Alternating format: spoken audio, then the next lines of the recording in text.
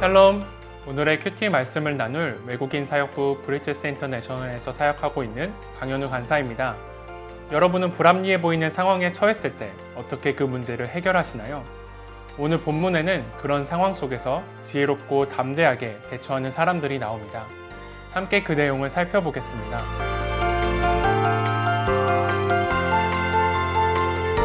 오늘 말씀에서는 므낫세 지파 슬로브앗의 딸들이 모세를 찾아옵니다.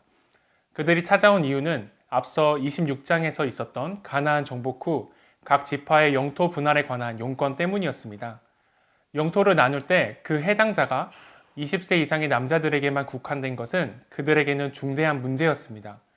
자신들의 아버지는 이미 죽었고 그들 중에는 아들이 없었기 때문에 자신의 가족은 원칙대로 하면 기업을 받을 대상에서 제외되기 때문입니다. 여성의 상속을 허락하지 않던 당시 사회적 상황에서 남자가 없는 집안의 가업이 없어질 위기 앞에서 이 일을 제기한 것입니다. 우리가 여기서 주목해 봐야 할 것은 이 문제를 대하는 슬로브앗 딸들의 태도입니다. 슬로브앗의 딸들은 이 문제를 다른 누가 아닌 하나님께 가지고 나가기 위해 하나님께서 임재하시는 회막문 앞으로 나왔습니다.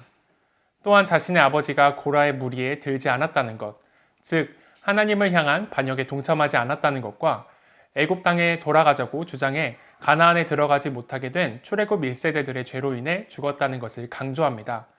이를 통해 하나님께 대적하는 것이 커다란 죄인 것을 분명히 알고 있었을 뿐만 아니라 그럼에도 이 문제를 해결하실 분은 오직 하나님밖에 없었다는 그들의 신앙을 보여주고 있는 것입니다.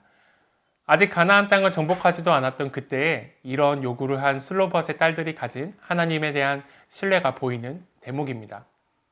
슬로브앗의 딸들은 하나님의 약속과 공의에 대한 신뢰를 가지고 자신의 문제를 가져왔고 하나님께서는 그들의 주장을 의롭다 여기시고 즉각 응답하심으로 당신의 신실하심을 드러내셨습니다. 우리는 오늘 말씀에서 모세 역시 이 문제를 하나님께 가지고 나왔다는 것을 볼 수 있습니다.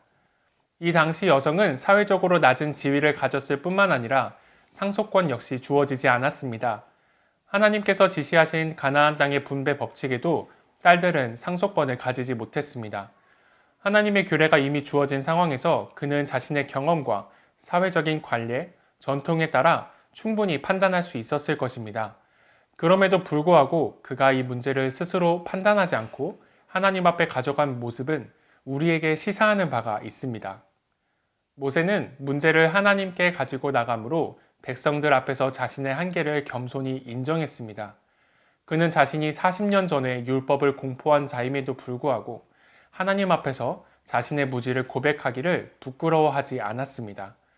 우리는 이런 모세의 모습을 보면서 우리가 어떻게 하나님 앞에 나아가야 할지 깨달아야 합니다. 그때나 지금이나 우리에게 여전히 중요하고 대체할 수 없는 것이 있습니다. 바로 하나님입니다. 세상은 점점 더 복잡해지고 한 치 앞도 예측할 수 없는 삶의 파도가 우리를 휩쓸어가고 있습니다. 변화하는 세상의 흐름과 가치관의 충돌 속에서 무엇이 옳고 그른 것인지 판단하기 어려울 때도 많습니다. 그렇지만 그 풍랑 속에서 여전히 변치 않으시고 서 계시는 하나님은 지금 이곳에 계십니다. 삶이 복잡해질수록 우리는 더욱 단순하게 우리의 문제를 하나님께 가져가야 할 때가 아닐까요? 슬로브앗의 딸들처럼 모세처럼 오늘 하루 하나님 앞으로 나가 삶의 문제들을 터놓고 그분의 인도를 받는 여러분이 되길 축복합니다.